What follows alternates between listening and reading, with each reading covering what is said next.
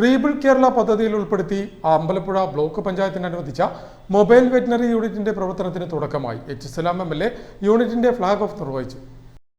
സംസ്ഥാന സർക്കാർ റീബിൽഡ് കേരള പദ്ധതിയിൽ അമ്പലപ്പുഴ ബ്ലോക്ക് പഞ്ചായത്തിന് അനുവദിച്ച മൊബൈൽ വെറ്റിനറി യൂണിറ്റിന്റെ പ്രവർത്തനത്തിന് തുടക്കമായി.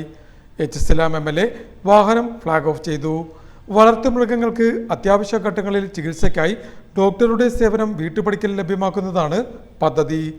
പശു ഒന്നിന് 450 അതോടൊപ്പം ഒന്നുകൂടി ഉണ്ടെങ്കിൽ അധികമായി 250 രൂപ കൂടി ചികിത്സാ ഫീസായും മരുന്നിനുമായും നൽകണം. നായ ഒന്നിന് ചികിത്സയ്ക്കും മരുന്നിനുമായി 950 രൂപയാണ് ഈടാക്കുക.